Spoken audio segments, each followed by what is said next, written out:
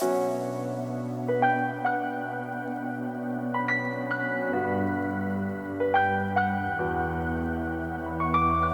up everyone, this is Donnie aka Elevated with Dota Alchemy coming at you with another video today.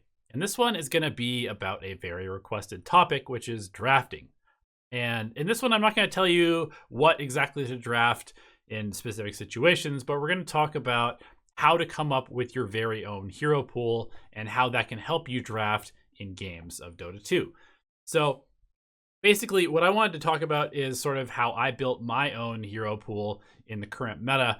If you've been following Dota Alchemy for any time at all, really, you'll notice that Jenkins and I pretty much always recommend that you pick 3 to 4 heroes max if you're really trying to climb MMR. If you're just playing the game for fun, then feel free to pick however many heroes, whatever hero you want. But if you are actually trying to increase your MMR significantly, then limiting yourself is a really good way to do that as far as how many heroes you're picking. So basically what you want to do is you want to pull up your Dota Buff, and here's mine, and you're going to want to go to your Heroes tab, and then you're going to want to filter by a relevant amount of time. So I like to look, usually, sometimes you can look by the patch, so here's patch 721, but the meta changes, through the various sub patches each time. So I think looking at just 721 is a little bit too broad because some of these heroes are no longer as good.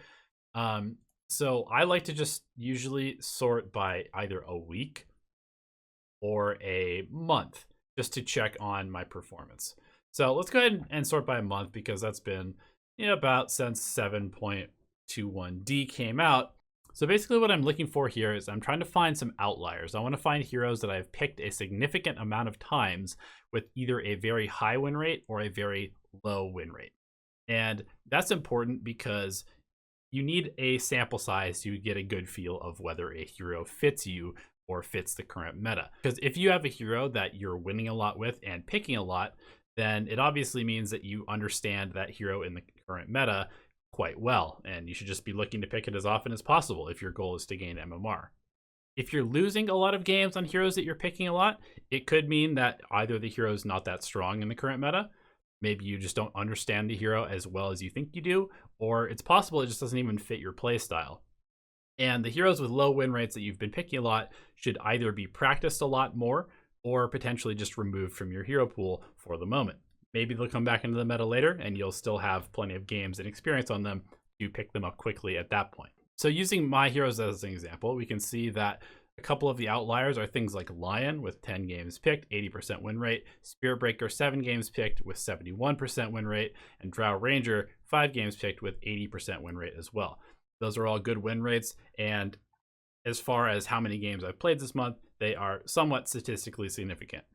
A hero that doesn't look so good to me is Razor, who has been picked 3 times. Sure, it's only 3, but it's still 3 games with a 0% win rate.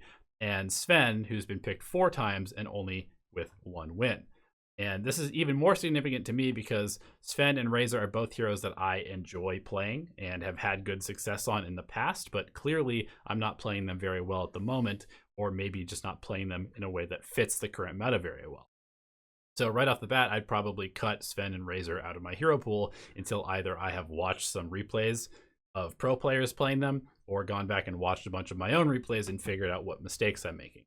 And for me, when I queue for a game of Dota, I basically am looking to play one of 2 different positions. Either I want to play carry, position 1, or I want to play support, position 5. And those are just the 2 roles that I feel like I have the most impact in, feel like I have the most fun playing. And I mean, sure, I would like to play 4, but I usually end up playing a 5 even if I pick a 4, just because people don't buy enough wards when they play 5 most of the time, and I end up having to do that anyway. So I usually just try to play 1 or 5. And so if we look at the heroes that I'm having good win rates with, Lion, Spirit Breaker, both of which can be played as a 5 pretty well, I might want to just hone in on picking those 2 heroes as many times as possible. As far as position 1, I could be picking Drow Ranger, maybe Bloodseeker, probably going to be dropping Sven and Razor from the hero pool, and then if there's some other position 1 heroes that I want to add, I might need to look elsewhere to try and find which heroes are strong or which heroes fit my playstyle. So that's pretty much where I would start. And I know that this is not necessarily the same meta that we have made, the meta report videos or heroes of the week about, because those ones are based off of what pro players are picking. But that's probably where I'm going to go next, because 3 heroes, it's close enough to being a hero pool for the current meta, but I think that those 3-4 base heroes that you pick all the time are not all you should be picking. I think that it's always a good idea to have a couple of sort of pocket picks where if you see a right game, then you should definitely go ahead and pull that pick out if you feel super confident that you're going to win. So for me, in this example, that would be something like Chaos Knight. I'm on like a 13-game win streak with Chaos Knight.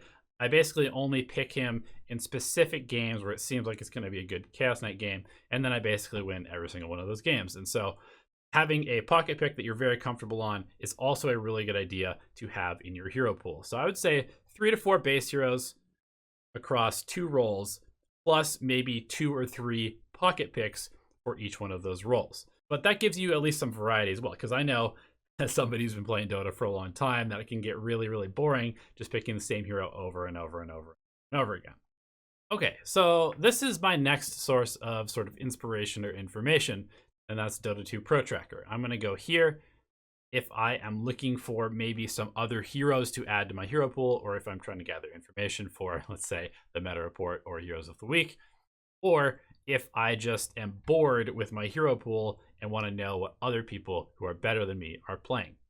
So this is a great place. It tracks all of these pro players. It tracks all of their smurfs in a lot of cases, and you can just see what people are winning with and who is playing what.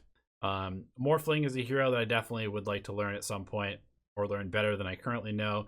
Jug, doing pretty well. That might be a hero that I should add. People are still playing it a lot despite all of the nerfs. Then we can look at most successful heroes, which seem to be more pocket picks, but if you can see ones with relatively high win rates, aka Nyx Assassin, for example, then you can see who might be really strong. And then you have Mars, who's just OP, is most successful and most picked. But let's go ahead and let's say we want to maybe add something like Lycan into our hero picking arsenal. Then if we click on Lycan, I like to look at who has been playing it the most. Okay, Sumail is the name that definitely pops out to me. If he's actually winning on the Lycan or not. We do see he's played 7 matches, won 4. So, that's pretty good. It's not overwhelmingly successful on it, but maybe we just want to watch how Sumail plays Lycan. So go ahead and, click on our favorite open Dota Buff or strats. In this case, I'm just going to go to Dota Buff, and then we can grab the replay ID, and you can see that this is not a public game. Sumail doesn't have this account giving the information publicly to the API, so this is just something that Dota 2 Pro Tracker is figuring out through their system. If you are trying to learn a new hero, it's actually really important that you really dedicate yourself to learning a new hero. You don't want to just say like, okay, well, this hero has been successful for such and such pro player or various pro players. So obviously all I really need to do is just start playing the hero and I'm going to start winning MMR. That's not how it works at all. There's so many unique interactions with every single hero in Dota that it's really difficult to actually get the full capabilities of a hero without playing it a lot. So for me, one of my favorite heroes to play is Nyx Assassin, and it's a hero that I've had pretty good success on in the past. However, in the current patch, I'm definitely struggling on it, and I wanted to get better at having impact in the early game on Nyx Assassin because early game is so important right now.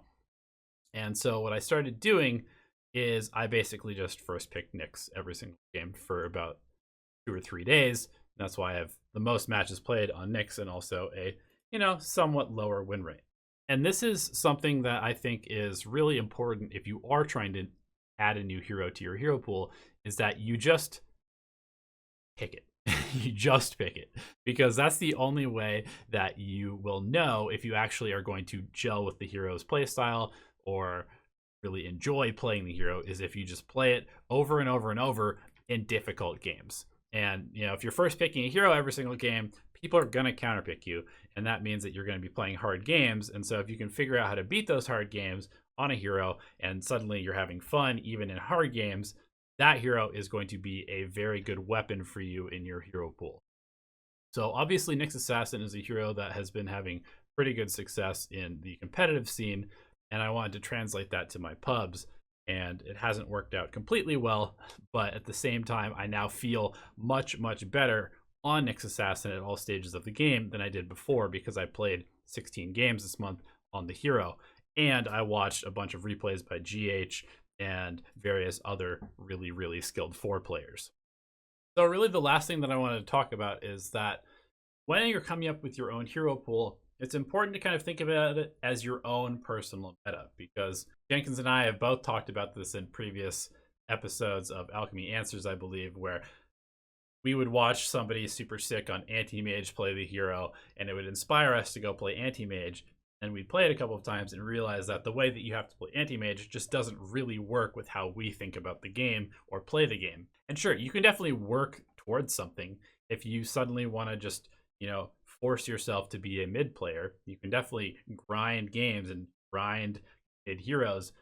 But there's also some aspect of just kind of understanding yourself and looking at what you really enjoy about the game of Dota. And for some of us, that might be playing mids. For some of us, that might be hitting a bunch of creeps and playing carry. And for some of us, that might be being sacrificial and helping the rest of your team be better at the game. So that's just a really important point to understand, because the pro meta is formed by pro players playing heroes that they like, playing heroes that they feel are strong. And they come up with those ideas through this exact same process by playing a bunch of heroes, deciding which ones they feel good on, which ones make them have fun during the game, which ones they feel confident on, and then they pick those. They build strategies around those. So instead of trying to copy what somebody else feels about the game, you should definitely pay some attention to what you personally feel about the game.